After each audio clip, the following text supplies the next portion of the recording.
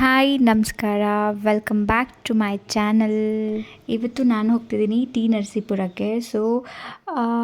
ಈ ಸ್ಥಳದ ಬಗ್ಗೆ ಒಂದಷ್ಟು ವಿಚಾರಗಳನ್ನು ನಿಮ್ಮ ಜೊತೆ ಹಂಚ್ಕೊಳ್ಳೋಣ ಅಂತ ಅನ್ನಿಸ್ತು. ಹಾಗಾಗಿ ಈ ವಿಡಿಯೋ. ಟಿ ನರಸೀಪುರ ಅಂತಂದರೆ ತಿರುಮಕೂಡಲು ನರಸೀಪುರ.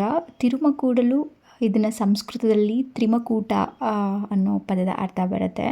ಅಂದರೆ 3 ನದಿಗಳು ಸಂಗಮ ಆಗೋ ಜಾಗ. ಹೌದು, ಇಲ್ಲಿ 3 ನದಿಗಳು ಸಂಗಮ ಆಗುತ್ತೆ ಅಂತ ಹೇಳ್ತಾರೆ. ಒಂದು ಕಾವೇರಿ, ಇನ್ನೊಂದು ಕಪಿಲ, ಮತ್ತೊಂದು ಸ್ಫಟಿಕ ಸರೋವರ. ಹೌದು, ನಾನಿವತ್ತು ಬಂದಿದ್ದೀನಿ ಗುಂಜಾ ನರಸಿಂಹಸ್ವಾಮಿ ದೇವಸ್ಥಾನಕ್ಕೆ. ಇಲ್ಲೇನು ಕಾಣಿಸ್ತಿದೆ ನಿಮಗೆ, ಆ ಟೆಂಪಲಿಗೆ ಬಂದಿದ್ದೀನಿ. ಮತ್ತೊಂದು ವಿಚಾರನ ಹೇಳೋದಾದರೆ, ಪುರಂದರದಾಸರ ಗುರುಗಳಾದ ವ್ಯಾಸತೀರ್ಥರು ಮತ್ತು ಪಿಟೀಲು ವಾದಕರಾದ ಟಿ ಚೌಡಯ್ಯ ಅವರು ಇದೇ ತಾಲೂಕಿನಲ್ಲಿ ಜನಿಸಿದವರು. ಇದು ಈ ಜಾಗದ ಒಂದು ಹೆಮ್ಮೆಯ ವಿಚಾರ. ಅದಲ್ಲದೆ ಇನ್ನೊಂದು ಏನು ಹೇಳಬೇಕು ಅಂದರೆ, ಈ ಕ್ಷೇತ್ರದ ಬಗ್ಗೆ ಸ್ಕಂದ ಪುರಾಣದಲ್ಲೂ ಕೂಡ ಉಲ್ಲೇಖ ಇದೆ ಅಂತ ಹೇಳ್ತಾರೆ.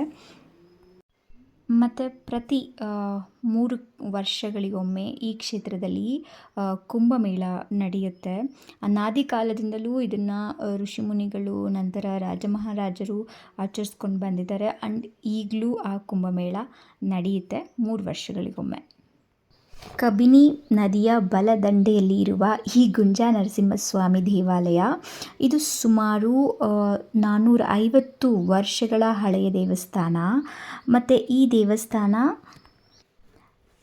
ವಿಜಯನಗರ ಶೈಲಿಯ ವಾಸ್ತುಶಿಲ್ಪದಿಂದ ಈ ದೇವಸ್ಥಾನ ಕೂಡಿದೆ. ಮತ್ತು ಇದು ಜೀರ್ಣೋದ್ಧಾರ ಆಗಿದ್ದು ದಳವಾಯಿಗಳ ಕಾಲದಲ್ಲಿ ಅಂತ ಕೂಡ ಹೇಳ್ತಾರೆ. ಈ ಗುಂಜಾ ನರಸಿಂಹಸ್ವಾಮಿ ಅಂತ ಅಂದರೆ ಏನು ಅಂತ ಅಂದರೆ, ಇಲ್ಲಿರೋ ನರಸಿಂಹ ಸ್ವಾಮಿ ಕೈಯಲ್ಲಿ ಗುಲಗಂಜಿ ಇದೆ. ಕಾಶಿಗೆ ಹೋಗಿದ್ದಕ್ಕಿಂತ 1 ಗುಲಗಂಜಿ ಗಾತ್ರದಷ್ಟು ಹೆಚ್ಚು ಪುಣ್ಯ ಈ ಕ್ಷೇತ್ರಕ್ಕೆ ಬಂದರೆ ಅನ್ನೋ ಪ್ರತೀತಿ ಕೂಡ ಇದೆ. ಇನ್ನು ಇಲ್ಲಿ ಇವಾಗ ನೀವು ನೋಡ್ತಿದ್ದೀರಲ್ಲ, ಇದು ದೇವಸ್ಥಾನದ ಮುಂದೆ ಇರುವಂತಹ ನದಿ. ಈಗ ಅಷ್ಟು ನೀರಿಲ್ಲ, ಬೇಸಿಗೆ ಆಗಿರೋದ್ರಿಂದ ನೀರು ತುಂಬಾ ಕಡಿಮೆ ಇದೆ. ಆ ಕಡೆಯೂ ಕೂಡ ಟೆಂಪಲ್ ಇದೆ. ಇದೇ ನದಿ ಕಾವೇರಿ, ಕಪಿಲ ಮತ್ತು ಸ್ಫಟಿಕ ಸರೋವರಗಳ ಸಂಗಮ ಆಗೋದು ಅಂತ ಹೇಳೋದು. ಆ್ಯಂಡ್ ಇದೇ ದೇವಸ್ಥಾನದ ಪಕ್ಕದಲ್ಲೇ ಇಲ್ಲೊಂದು ಪುಟ್ಟ ಶ್ರೀ ಗಣಪತಿ ಮತ್ತು ಆಂಜನೇಯನ ದೇವಸ್ಥಾನ ಕೂಡ ಇದೆ. ಹಾಗೆ ಅರಳಿಕಟ್ಟೆ ಕೂಡ ಇದೆ. ಹೌದು, ನಾನು ಆಗಲೇ ಹೇಳ್ದಂಗೆ ಕಾವೇರಿ, ಕಪಿಲ, ಸ್ಫಟಿಕ ಸರೋವರಗಳು ಸಂಗಮ ಆಗುವಂಥ ಜಾಗ ಇದು.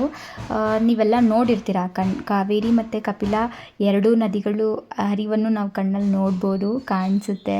ಮತ್ತು 3ನೇ ನದಿ ನಾವು ಇದನ್ನು ನೋಡಿರಲ್ಲ, ಅದನ್ನು ಸ್ಫಟಿಕ ಸರೋವರ ಅಂತ ನಾನು ಏನು ಹೇಳಿದೆ ಅದಕ್ಕೆ ಇನ್ನೊಂದು ಹೆಸರಿದೆ, ಗುಪ್ತಗಾಮಿನಿ ಅಂತ.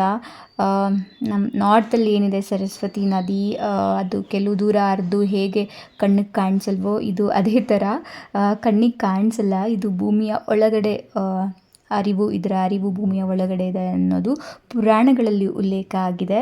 ಹಾಗಾಗಿ ಟಿ ನರಸೀಪುರಕ್ಕೆ ತ್ರಿಮಕೂಟ ಅಂತ ಸಂಸ್ಕೃತದಲ್ಲಿ, ಅದ ನಂತರ ತಿರುಮಕೂಡಲು ಅನ್ನೋ ಹೆಸರು ಬಂದಿರೋ ಪ್ರತೀತಿ. ಈಗೇನು ನೀವು ನೋಡ್ತಿದ್ದೀರಾ, ಈ ದೇವಸ್ಥಾನ ವರ್ಷಕ್ಕೆ 1 ಸಲ ಅಷ್ಟೇ ಓಪನ್ ಇರುತ್ತೆ, ಯಾವಾಗಲೂ ಓಪನ್ ಇರಲ್ಲ ಅಲ್ಲಿ ದೇವಸ್ಥಾನ. ಈ ನದಿಲಿ ತೆಪ್ಪಗಳು ಓಡಾಡುತ್ತೆ. ಬೇಕಿದ್ರೆ ಈ ಕಡೆಯಿಂದ ಆ ಕಡೆಗೆ ನಾವು ತೆಪ್ಪದಲ್ಲಿ ಕೂಡ ಹೋಗ್ಬೋದು. ಅಲ್ಲಿ ಇನ್ನೊಂದು ಶಿವನ ದೇವಸ್ಥಾನ ಇದೆ, ಆ ದೇವಸ್ಥಾನಕ್ಕೆ ನಾನು ಹೋಗ್ಲಿಕ್ಕಾಗಲಿಲ್ಲ. ಈಗ ನೀವೇನು ನೋಡ್ತಿದ್ದೀರಾ, ದೇವಸ್ಥಾನದ ಸುತ್ತಲೂ ಇರುವಂಥದ್ದು. ದೇವಸ್ಥಾನದ ಒಳಗಡೆ ಚಿತ್ರೀಕರಣ ಮಾಡೋ ಹಾಗಿಲ್ಲ, ಯಾವುದೇ ಫೋಟೋ ವಿಡಿಯೋ ಮಾಡ್ಕೊಳ್ಳೋ ಹಾಗಿರಲಿಲ್ಲ. ಹಾಗಾಗಿ ನಾನು ನಿಮಗೆ ದೇವರನ್ನ ತೋರ್ಸೋಕ್ಕೆ ಆಗಿಲ್ಲ.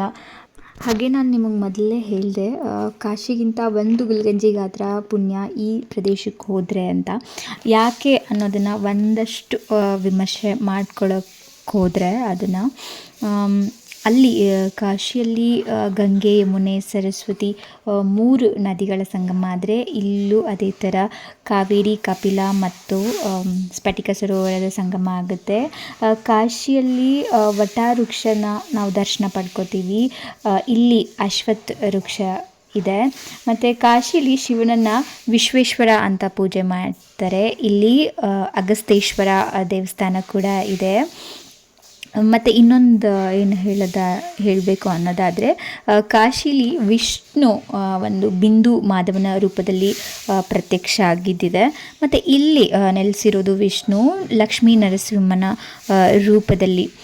ದೇವಸ್ಥಾನ ಒಳಾಂಗಣ ಏನಿದೆ ಅಲ್ಲಿ ಯಾವುದೇ ಚಿತ್ರೀಕರಣ ಅಲ್ಲೋ ಇರಲಿಲ್ಲ. ಹಾಗಾಗಿ ನಾನು ದೇವಸ್ಥಾನದ ಒಳಗೆ ಯಾವುದೇ ಫೋಟೋ ವಿಡಿಯೋಗಳನ್ನು ತಗೊಂಡಿಲ್ಲ.